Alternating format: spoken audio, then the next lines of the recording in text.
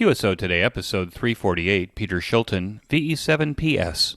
This episode of QSO Today is sponsored by Icom America, makers of the finest HF, VHF, and UHF transceivers and accessories for the radio amateur, reminding you that the great outdoors is calling. Get outside and under the stars with the new Icom Ic705 all-band portable transceiver, now shipping from your favorite amateur radio dealer. And by LDG Electronics, whose desktop antenna tuners are perfect for your ham shack or mobile. More later. My thanks to Icom America and LDG Electronics for their support of the QSO Today podcast. Welcome to the QSO Today podcast. I'm Eric Guth, 4Z1UG, your host. Many of us who got started in amateur radio in the late 60s and early 70s, many that you've heard on the QSO Today podcast, went the traditional route from novice on CW, then upgrading to phone with higher levels of licenses. For me, I was knocked into the VHF-UHF realm in the early 70s because of no antenna rules in my Southern California neighborhood.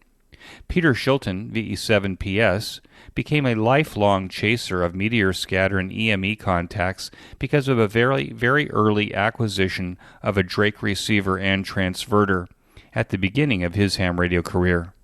VE7PS tells this story in our QSO today. VE7PS, this is Eric, 4Z1UG. Are you there, Peter? I am here, Eric. 4Z1UG, VE7PS, you're 5 and 9. Well, that's great, Peter. Thanks for joining me on the QSO Today podcast. Can we start at the beginning of your ham radio story? When and how did it start for you? Well, my earliest recollections of being interested in radio actually go back to when I was about 5 years old and in kindergarten. So this is the beginning of grade school here in Canada.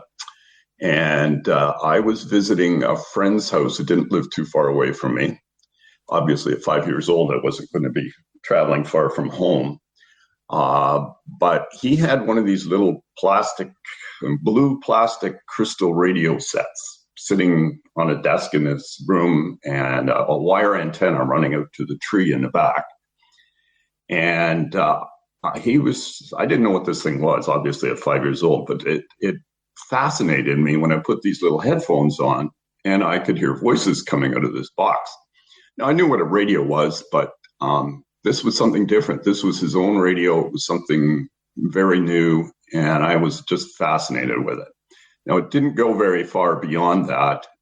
Interesting enough, I think we were probably listening to 3 AM stations at the same time because we had numerous 50 kilowatt AM broadcast stations within a few kilometers of us. But fast forward to about 12 years old, and I'd met certainly a wider group of friends by that time. And some of these fellows had discovered that a surplus store in downtown Toronto was offering Mark 19 sets from Russian tanks from World War II for $10. And the 807 had been pulled, so they weren't capable of transmitting. None of us had access to 807s, I guess, back then anyways. And but they were able to tune around, a fairly small section of the shortwave broadcast bands. And this thing just looked ultra cool. All these dials with Russian writing on them, and you could tune around and get all kinds of stuff on there. Of course, the shortwave bands were very different than they are today. And there were plenty of stations to listen to with even a simple wire antenna.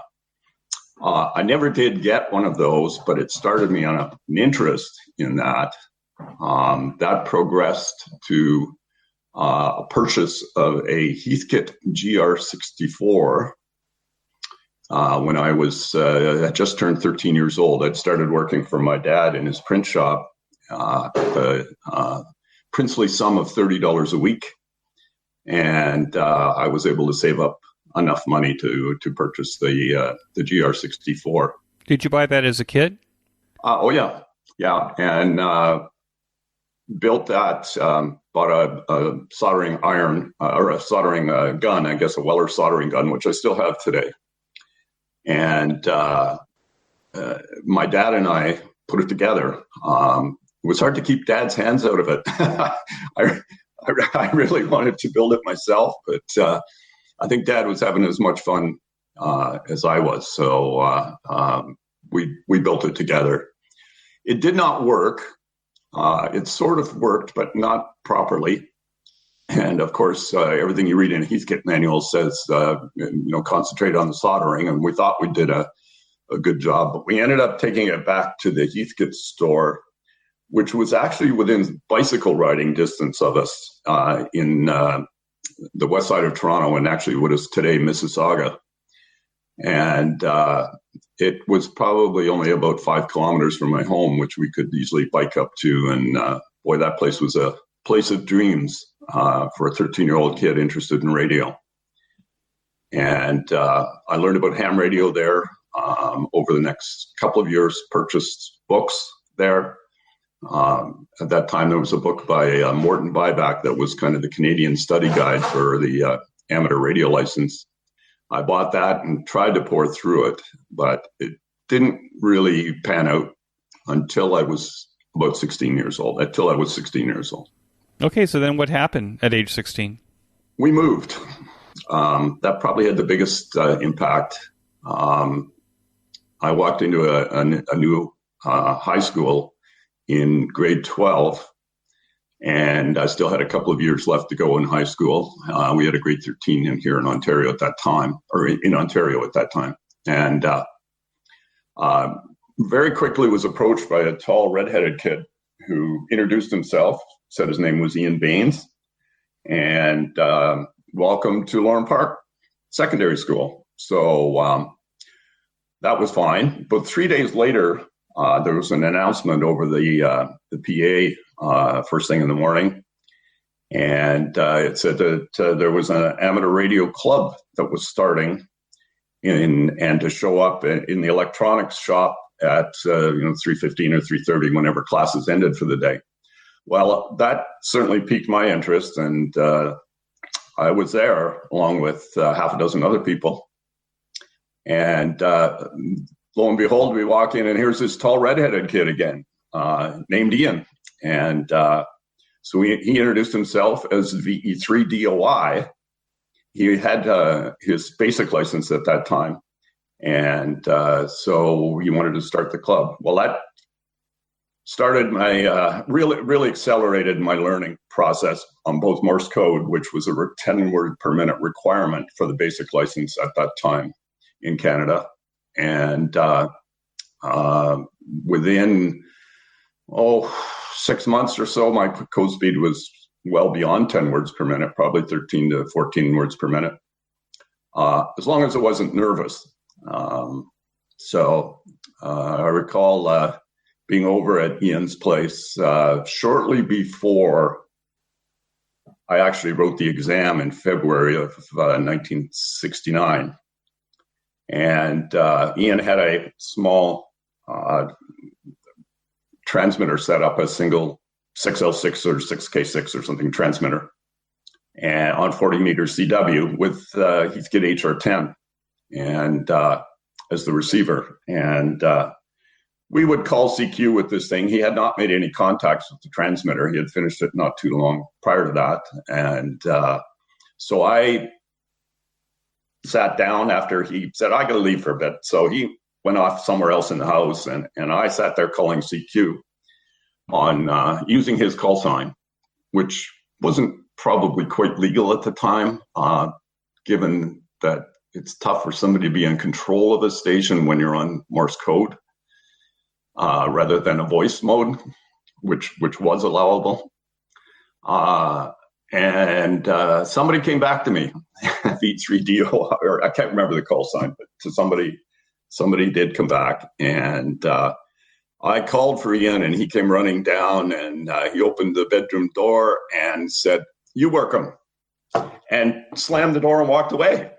And I was in shock, extremely nervous, and we ended up making the contact, and it went quite smoothly. It was pretty basic, run-of-the-mill signal report, name, QTH, and probably not much more than that. But we completed the contact, and so that was unofficially, I guess, my first contact. as a ham radio, well, not as a ham radio operator, not yet, but as a budding ham radio operator. Anyways, that was quite the day. I was pretty excited. And within a couple of weeks, I sat for the amateur license, the basic license at the time. And you had to do that on a Wednesday afternoon, or a Wednesday. Midweek was the only day that they ran the exams downtown Toronto.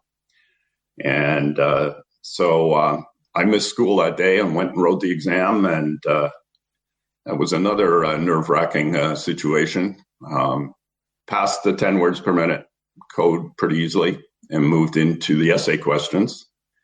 There were a few multiple choice, you had choice of answering this question or that question, and then later on this question or that question. But they were all essay type questions at the time. No multiple choice or anything like that, or true false things, nothing like that. And so I wrote, I think, 7 or 8 foolscap pages of answers to this. The next thing you had to do was write or draw 7 schematics, including a super heterodyne receiver and a transmitter capable of voice transmission as well as CW. The receiver was always the most difficult part. And following that, after the examiner looked it over, he'd sit down with you and say, okay, now tell me what this resistor does, and why would you put this capacitor here, and where does the signal go here? And that was terrifying, absolutely terrifying. The examiner was a Scotsman he was a ham, as it turns out later, by the name of Jim Jarvie. And he was quite a character, but I went away from there thinking that I'd done fairly well, but it wasn't until, so that would have been somewhere around the end of February, 26th of February, something like that. Now, can I ask you, Peter, these schematics you were drawing, these were tube radios that you were drawing, right? Correct, yes. No transistors in your superhet? Well, not in the superhet.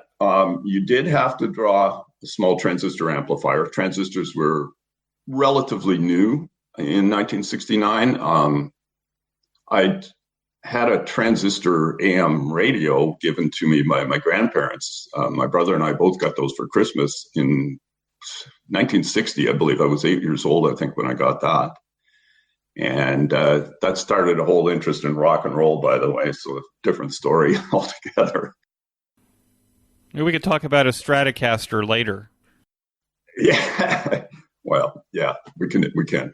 Anyways, it's they were there were a few transistor circuits, perhaps just one small transistor amplifier, as I recall, but a power supply. The 3 main ones were a power supply that would power your transmitter, an AM CW transmitter, and a super heterodyne receiver. And the receiver certainly was the most difficult part, and the most difficult part to understand for me at the time. The rest of it I found fairly easy to get through.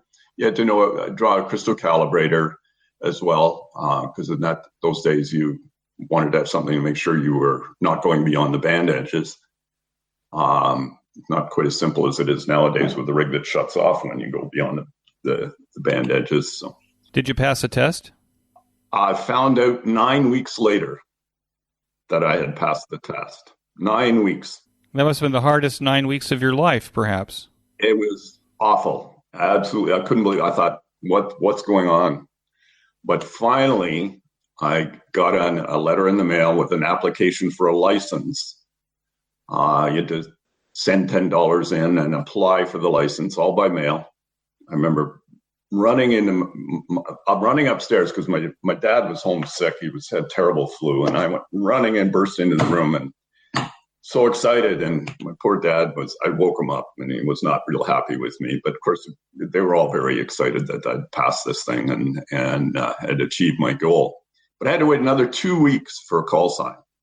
And so that was another long 2 weeks. So 11 weeks from the time I wrote the test till I got a call sign. Now, as a volunteer examiner, I pass somebody and they get their call sign within a couple of hours. Yeah, things are quite different. And what was that first call sign? Call sign was VE3 Echo Mike Sierra, VE3 EMS. What was the first rig then? I mean, you were using Ian's rig. What rig did you have? I ended up building my own crystal-controlled 40-meter 6L6. You've heard this story many, many times, having listened to your podcast. I'm amazed at how many people have built a single 6L6 crystal-controlled transmitter as their first transmitter, and certainly I was no different. The one thing that maybe was a little bit different was I cannibalized, with permission from my mother, her 1948 RCA Victor floor model phonograph broadcast radio, which had been sitting in the basement ever since I was very tiny. She had purchased that on getting a job as a secretary when she was 18 years old, probably in 1949. This thing wasn't being used anymore, and I cannibalized that and got the transformer and audio amp and a lot of other parts out of it.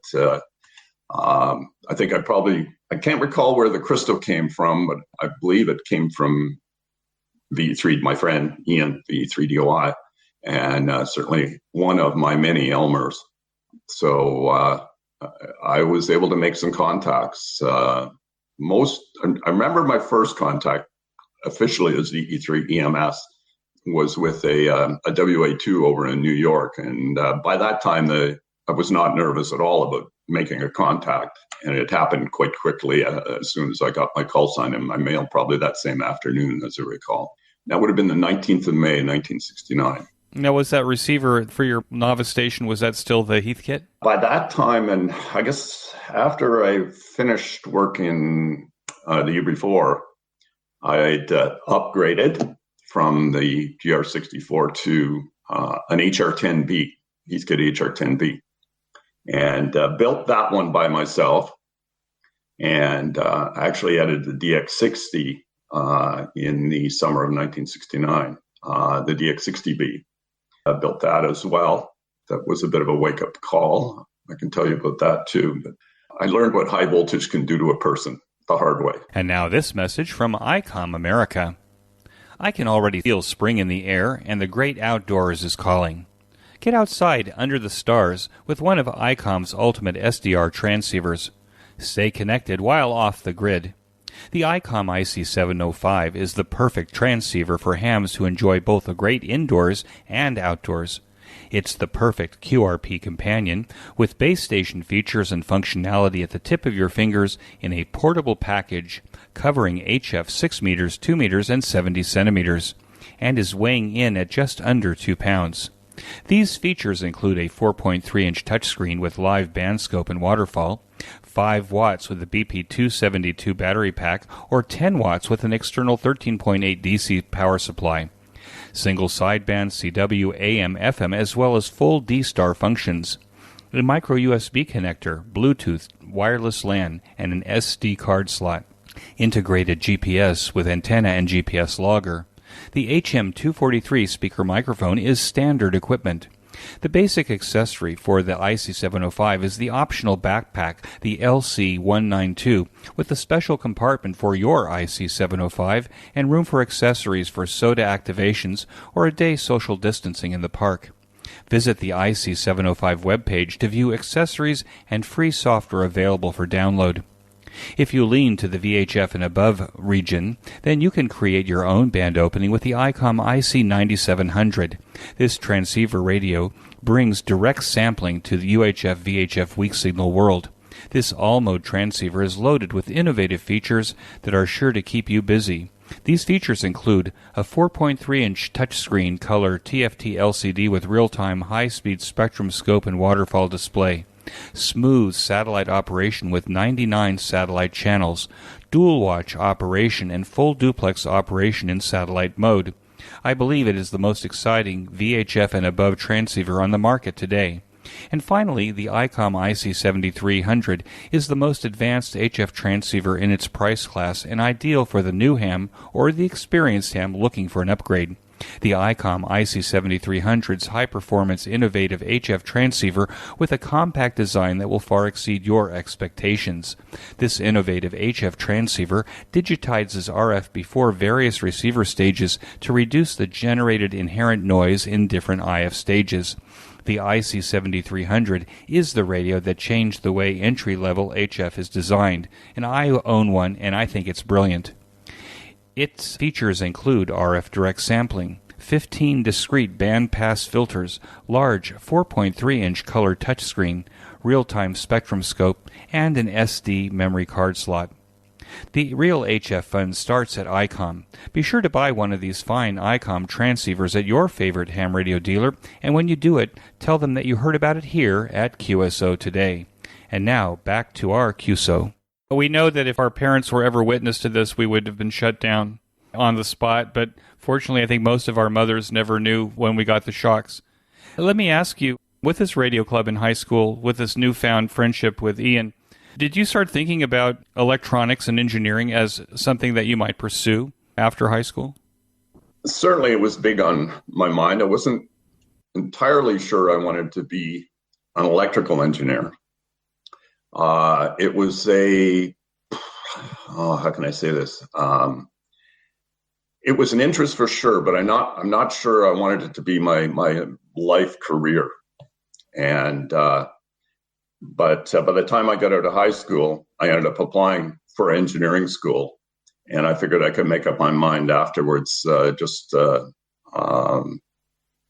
what I would end up doing in the long run. Certainly, your first year of engineering is pretty standard across every discipline, every engineering discipline.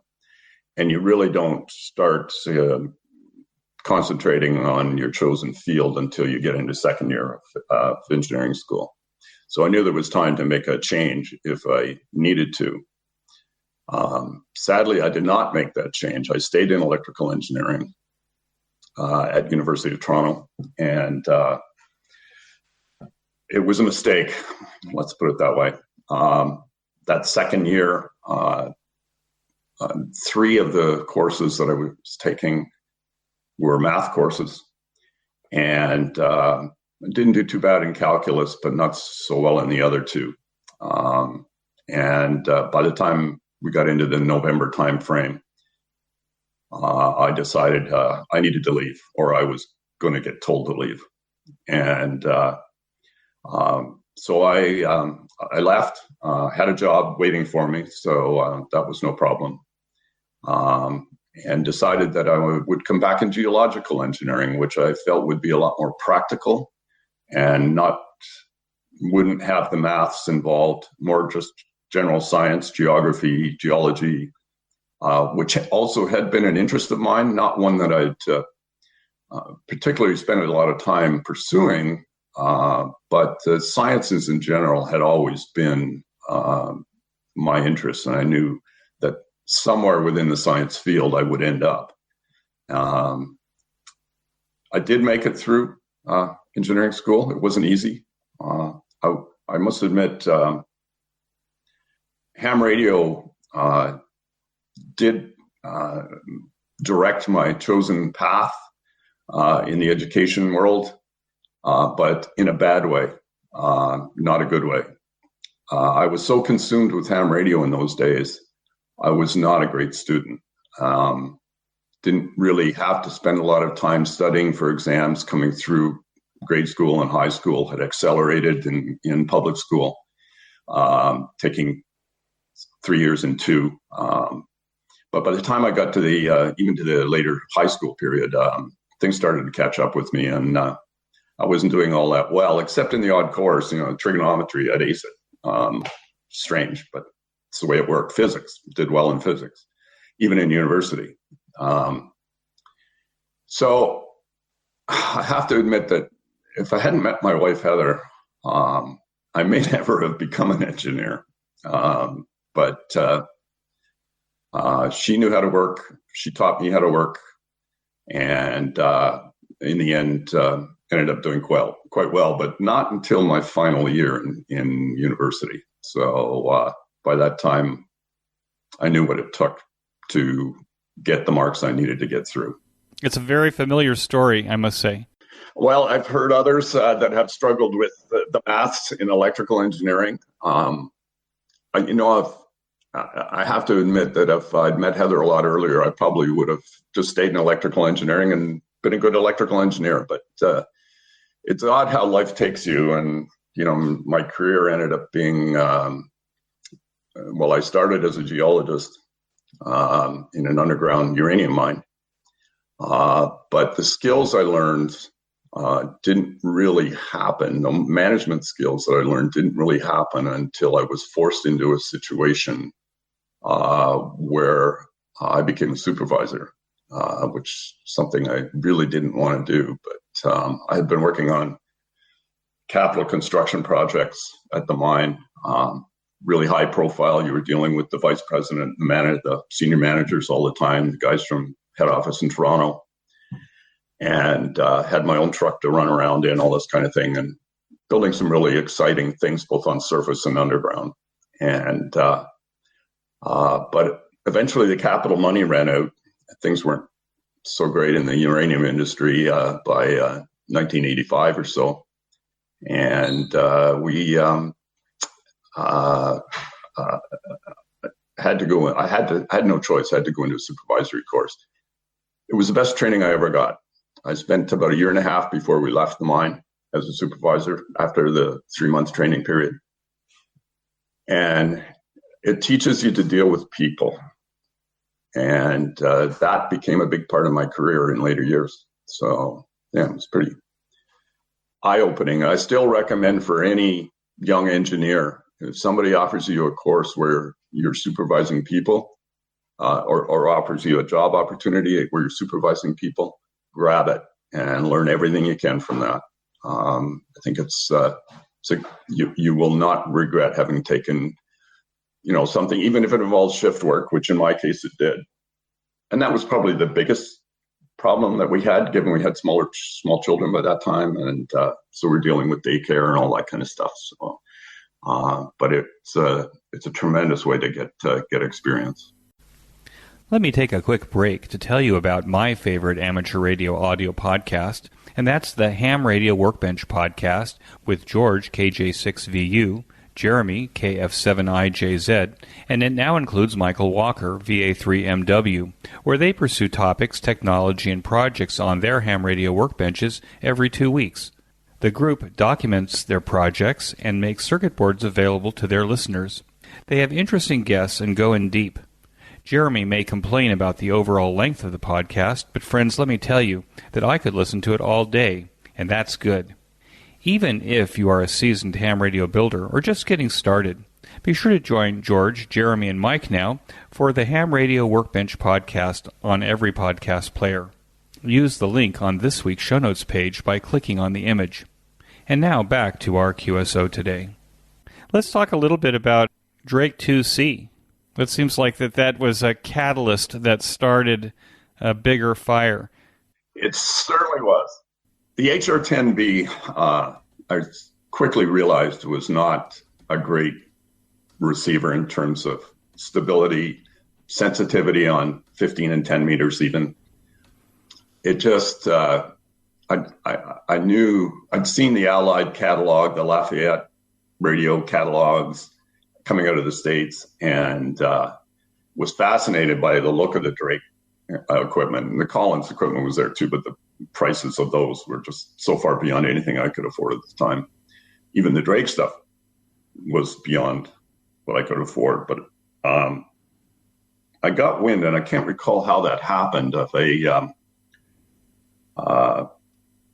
minister, a church minister, also a ham, was selling a Drake 2C receiver with the companion speaker. And the price was something I felt that I could afford at the time, having had some money from a summer job, I guess, left over. So I went to see it and played around with it a little bit there, and was pretty impressed with its sensitivity on the higher bands on 10 and 15 meters, which were open almost every day at that time. And it certainly had the selectivity characteristics for CW. just LC filters, but much better than what the HR10 had. And I bought it. But he also had, at the same time, an Amico Nuvistor converter with the matching power supply and preamp, little Nuvistor preamp. So this nice shiny copper box that went with the copper chassis that was in the Drake 2C. And he essentially said, you can have that if you want it. And I said, okay, I'll take that. I'm not sure what that is. I knew what 2 meters was. I think I'd played with a Heath tour that I'd borrowed and made some local contacts on AM. And but this was quite different. And it would work, obviously, as a much more selective 2 meter device working into the 2C on 10 meters. That's the IF.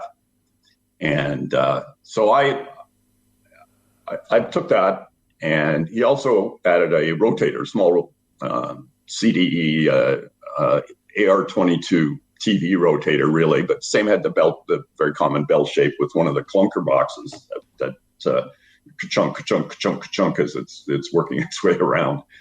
And so that happened in February of 1970. And one day, about 2 to 3 weeks later, I built right out of the handbook, the AWRL handbook, a broomstick 2 meter beam, not too long, maybe 8 elements or something like that. Used a 2x2 as a mast, stuck the AR22 on a 4x4 sheet of plywood up on the garage roof about 15 feet off the ground. And nice sunny afternoon, I think it was the 8th of March. I still have that date in my mind. I should go back and check that, but it's right around there. And I ran a piece of RG58, so lossy, very lossy coax on 2 meters, but down into the basement through a window, plugged it into the Nuvistor converter, plugged that into the 2C, and was tuning around. And I heard all these funny sounding signals, buzzy signals, but copyable Morse code. And it peaked with the antenna north or slightly west of north.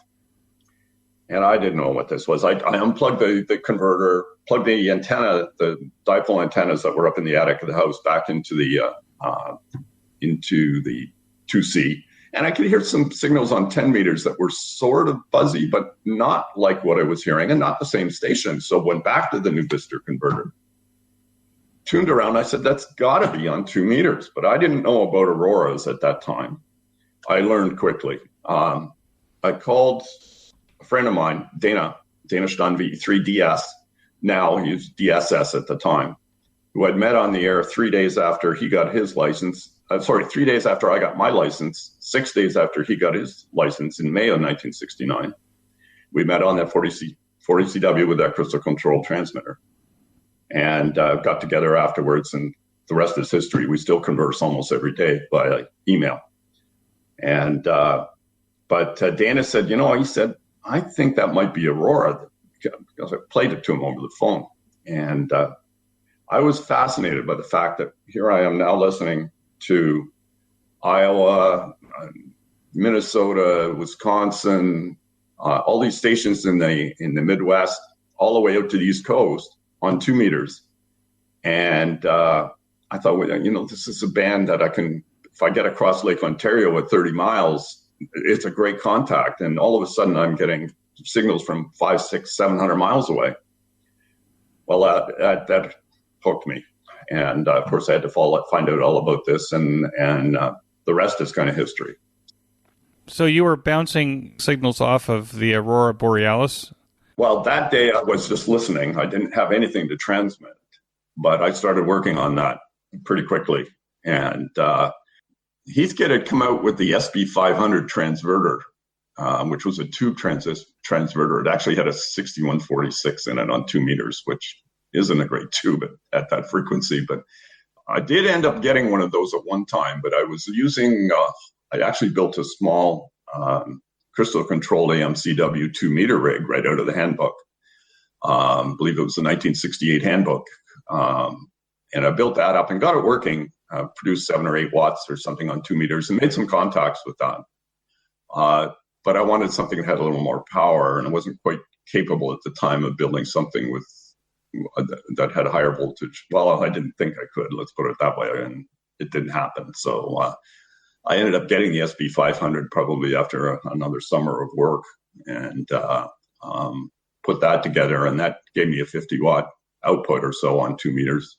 And that gave me the capability to get me into some meteor scatter work. Just barely, but it worked. And at that time, the meteor scatter was all CW.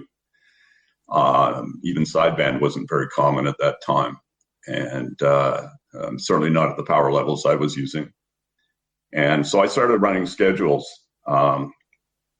with a couple of hams, 600 miles away, notably K0MQS, Dick Hart, who ended up getting Worked-All States #1 on 2 meters, and John Allen, WA0CHK. And this was actually in the spring of 1971, as I recall. I had been running with Dick, K0MQS, quite a bit, and just random meteors, and we'd heard pings and little bits coming through, but not a lot. The Lyrid shower in April 71 came up, and I ran a sked with WA0CHK, and we got a tremendous burst. Got call signs back and forth, signal reports back and forth, and the Rogers back and forth within about 15 seconds, and it was done. And I still have that card framed today. So, Peter, can we back up a little bit? Because it seems to me that what happened to you was this like mind shift that you could bounce signals off of objects. I'm thinking about all of the people that have a new license, and you stumble into this almost by accident, this ability to bounce 2-meter signals off of things. And this appears to me, based on what I've read about you, was turned into almost a lifelong passion. Can you talk a little bit about what that passion is? And then we'll go into the other things that you bounce signals off of and the way that you've done it.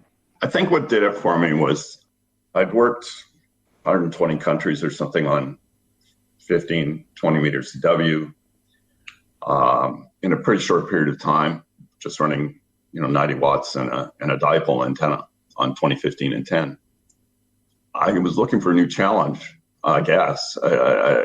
And this opened up another world of science-based, and I shouldn't say it that way because, let's face it, the F2 layer is very science-based too. But what grabbed my interest was the fact that under normal conditions in the VHF bands, you couldn't get very far at the VHF bands under normal conditions. But if you were smart about it, you would watch for signs that would indicate glorious opportunities to work real DX on the VHF bands.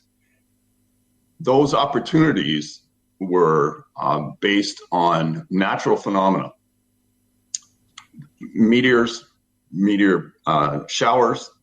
So you learned when the meteor showers were, and those were the times that you would spend rather than just the random stuff, although the random stuff is quite usable, as I can explain that a little bit later. But obviously the Perseids meteor shower in August was the big one to look for, and we would run a lot of skeds then. The aurora, you keep an eye on the sunspots. We didn't have an internet and a solar ham or something that we could go to see what was happening on the sun in those days. But you listen for signs on the HF bands. Obviously, the warble on 75 or 80 meters in the late afternoon. Even on 20 meters, you'd start to hear that warble. You could start to hear a little bit of buzz if you went to some of the higher bands, 10 meters, for instance. And that would give you the clue. And you'd start taking advantage of those opportunities. The weather-related phenomena, the tropo, ducting, you watch for the right times of year when that tends to happen more often. So you learn to watch the weather patterns. Look for those great big high-pressure systems that are slowly floating across the Midwest. In particular, I like to see a hurricane coming out of the Caribbean and heading up the North Carolina coast and stalling. Behind it, this great big high-pressure system that creates widespread subsidence inversion and some great tropo opportunities. And so we would watch for those. And you got good at it, I guess. So you could take advantage of those. And that part of it, I guess, the fact that you could, if you use your knowledge and perfected your equipment and had it ready to go when you had the opportunities, you could make some fantastic contacts on the VHF and UHF bands ultimately. And so how did this evolve then? Anybody that looks at your QRZ page will know that it evolved quite a bit, but what was the evolution from that point on then? Well, I was pretty active on 2 meters at the time. I got involved with 220 megahertz. 220 megahertz was kind of thrust upon me, kicking and screaming, really. Some guys I got involved with, Larry V3 CWT at the time, Dennis V3 ASO, my friend Dana V3 DSS at the time. They wanted me to take over the 220 station after a rather bad year, the first year, summer of June 72 contest, which we set up at a farm northeast of Toronto at another ham's place. And we made a grand total of 6 contacts on 220 that year. And it was pretty disappointing. 432 wasn't much better, but we actually made a few more on 432 that year. So we realized that both of the stations, which were terrifying, I'm talking about high voltage open on top of a chassis and things like that. It was just, it was dangerous.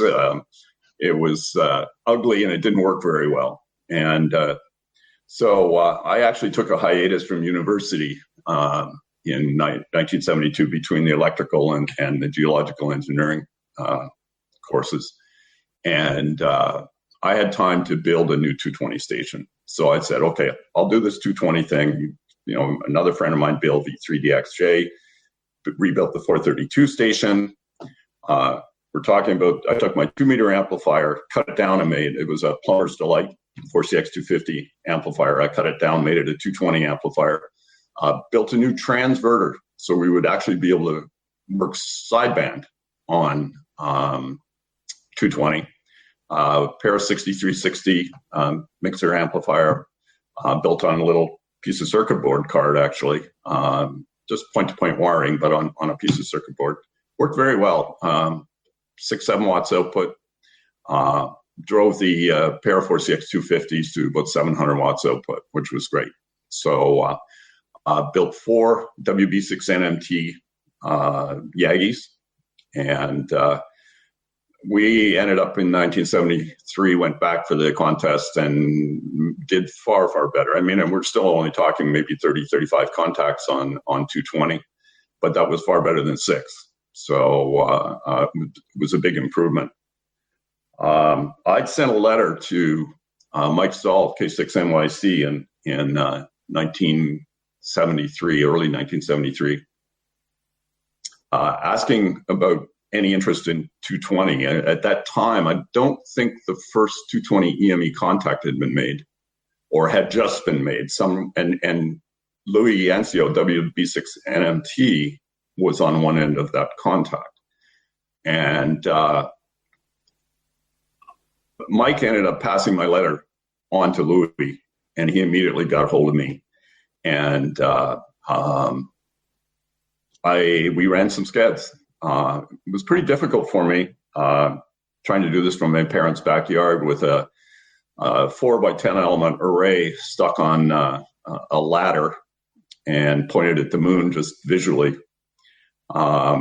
He felt that he heard me at one point. I never heard him, but frankly, I didn't even know whether my frequency was all that accurate or anything. I had no means of really being on frequency, within a kilohertz or so.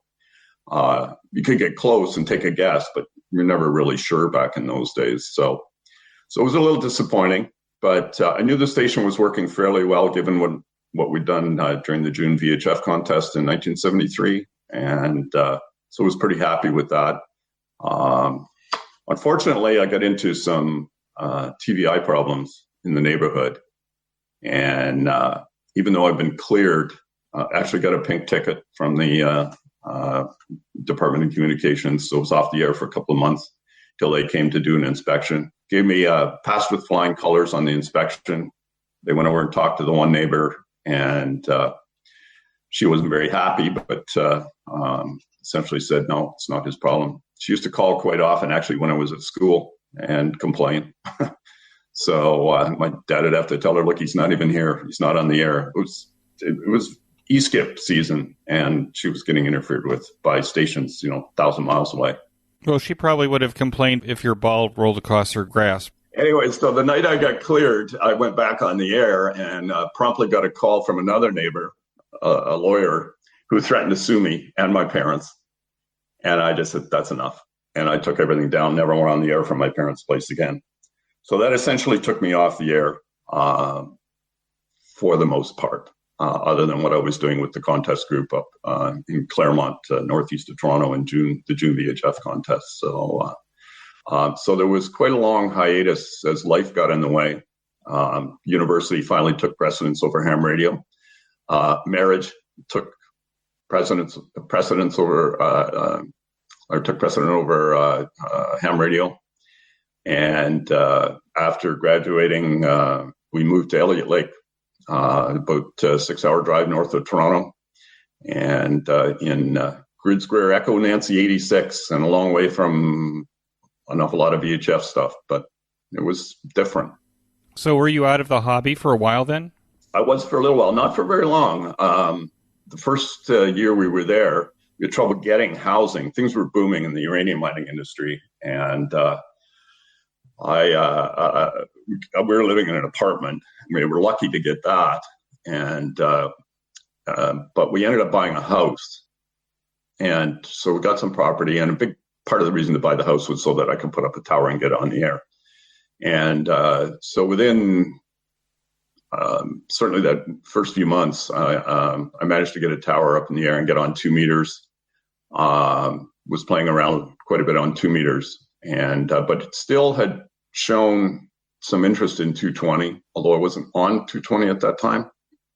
I was listening around on 10 meters one day, 1979, and heard a couple of hams talking about 220 move outs. And so obviously that piqued my interest, and I was listening away and realized that there was somebody was back working moon bounce on 220 again, and others were working towards it. I'm not sure how it happened. I think I broke in and talked to one of these guys, and they passed my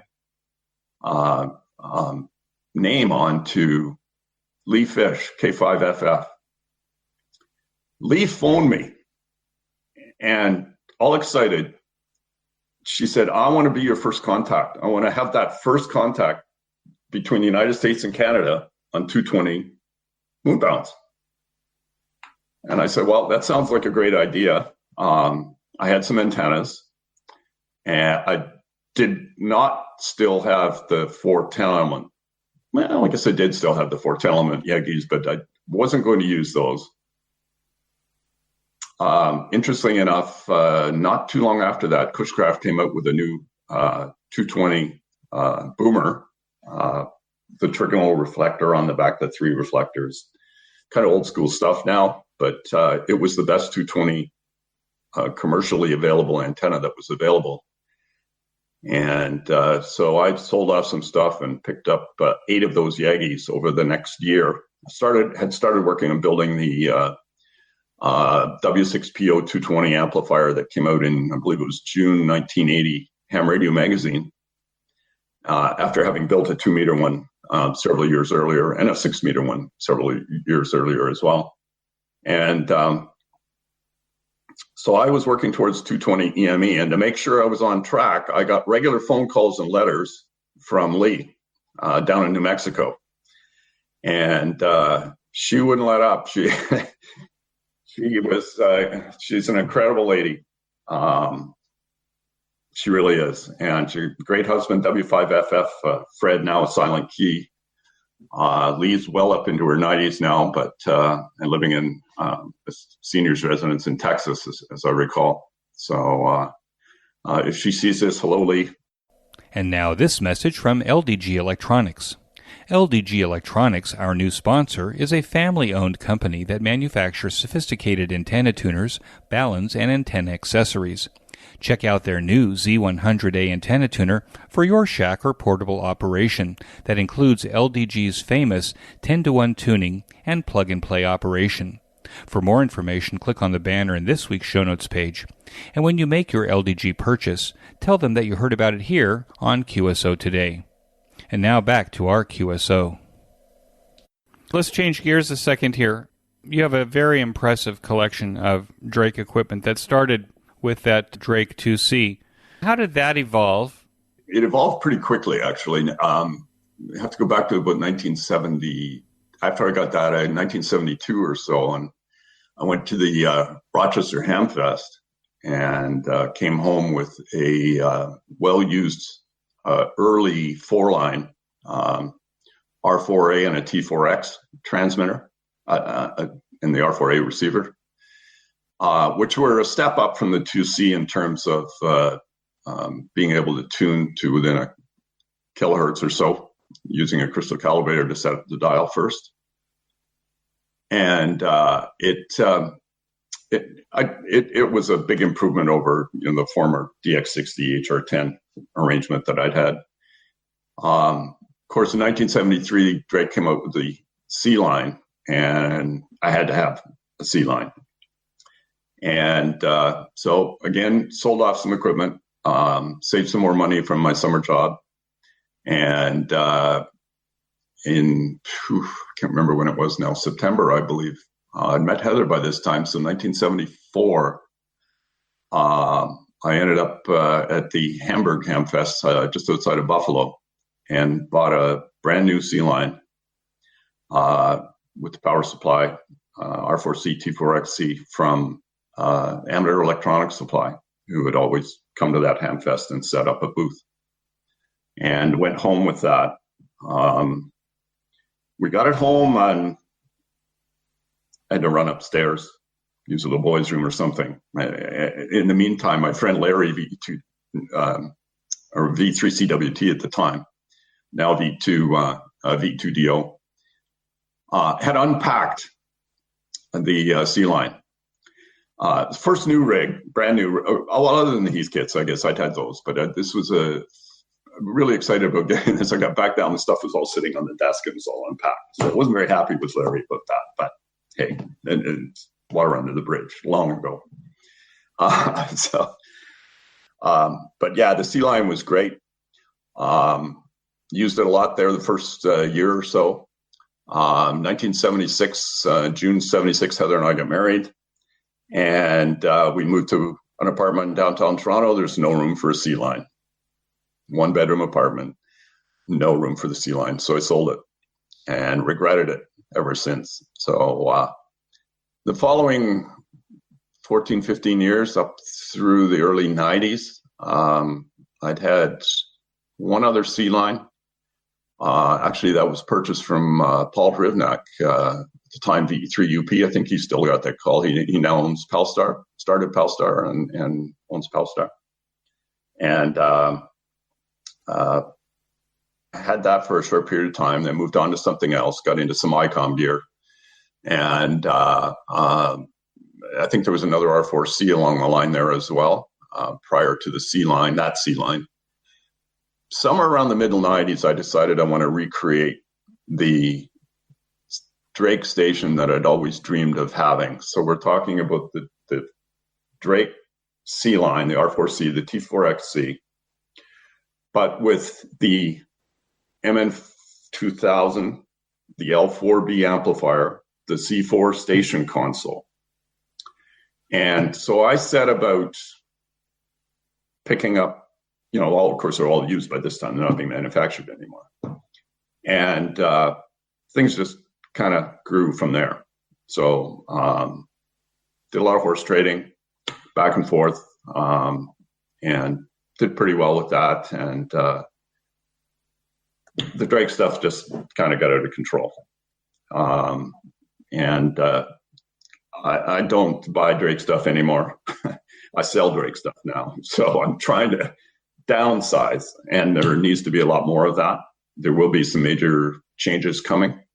But yeah, was fascinated with the rack mount gear, the Drake commercial stuff as well, particularly the TR4310, which is a rack mounted commercial version of the TR7A or TR7, but with the RV75 digital VFO built into it. So it's very, very stable. And having built a lot of rack mount gear, it's just the rack mount. The whole idea of rack mount equipment really appeals to me. It still does to this day. And anybody that wants to know that can look at your QRZ page, and they'll see how you've beautifully rack mounted everything. I'm just curious, the TR4310, the commercial stuff, this would be stuff that would be used on commercial ships, things like that? Yeah, they called it their Marine Reserve line. And so typically, as I understand it, it's not their the ship's primary communication systems, but sort of like a backup communication systems. There was quite a bit of it sold to Radio Monaco over the years. Drake set up 6 rack cabinets for Radio Monaco at their, their design request.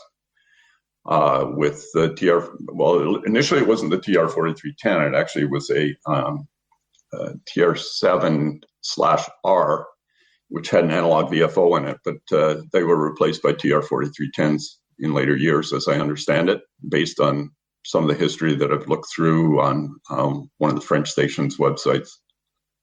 And there's some very subtle differences you can see between the TR7/R and the TR4310, and notably the absence of the analog dial in the 4310.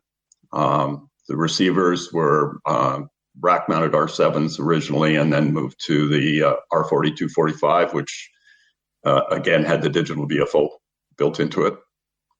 There was a matching tuner version of the MN7, and the MN2700 tuners, which were available to the ham market, were also sold as the MN4438 and the MN4439 tuners.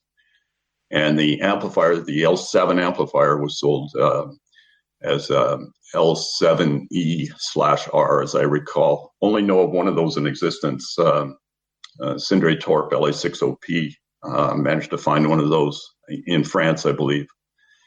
And not sure whether he still has it. He's in the process of downsizing his gear as well, so it may have moved on to another owner. What amateur radio activity occupies your time now? Well, there's a number of different things.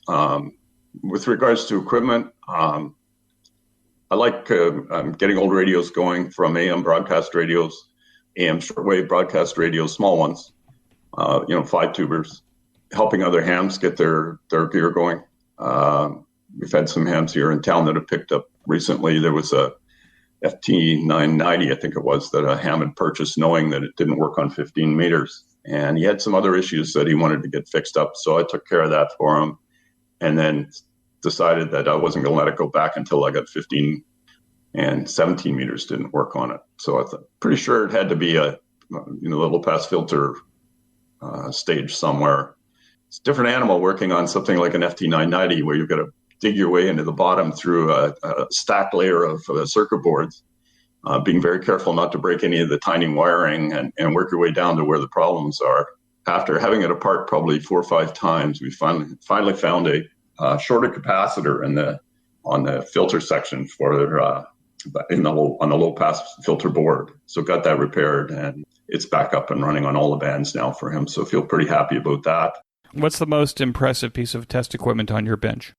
The most impressive or the most used? The most impressive has to be an HP. I'm not very good at remembering these numbers. I think it's an 8757A, which is a scalar analyzer, a scalar network analyzer. And I acquired this as part of an estate, sadly, of a friend of mine. Passed away, and decided he was just going to open up the doors after his death and let a few of his friends in and take whatever they wanted. And that's the way he disposed of his equipment. So I felt very fortunate. Well, that's pretty generous. Yeah, it kind of opened up my eyes, as I approach being 70 and getting beyond that and where things go. I know health can go off the rails pretty quickly, as it did in this ham's case. He'd actually stayed here with us 6 weeks before he announced that he was dying. Didn't know anything about it. So it was very sudden. And so he had a lot of stuff, a lot of test gear, a lot of microwave test gear. You would have loved it. I understand you're quite big into the HP stuff yourself. And so a lot of it was duplicates for me. I picked it up just because nobody else wanted it. Came home with a lot of that, promptly phoned up a young ham here and just passed his license a little over a year ago, but has some real potential. Invited him in and he went home with all kinds of stuff and oscilloscopes. And, if I was replacing something of mine, then this young ham, Dane, got it. So he went home. He has a good start on his HP test equipment bench now too.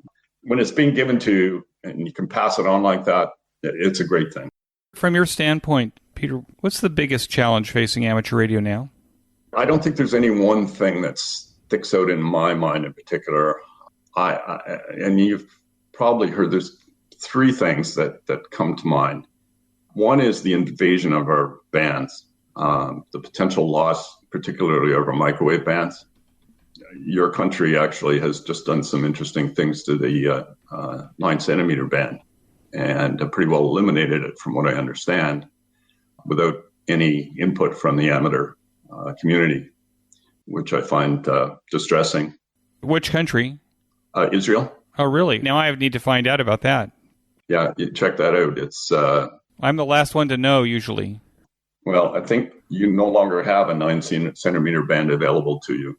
I think that's the way it works, or it's extremely restrictive in terms of milliwatts of power level allowances, things like that. Although that may apply to one of the other bands. I'm not up on the complete details, but I know certainly the 9-centimeter band has been under attack globally. And certainly in the United States, it's changing. So instead of being able to operate on 3456 as the main calling frequency, we're now going to have to move down to 3400, as I recall.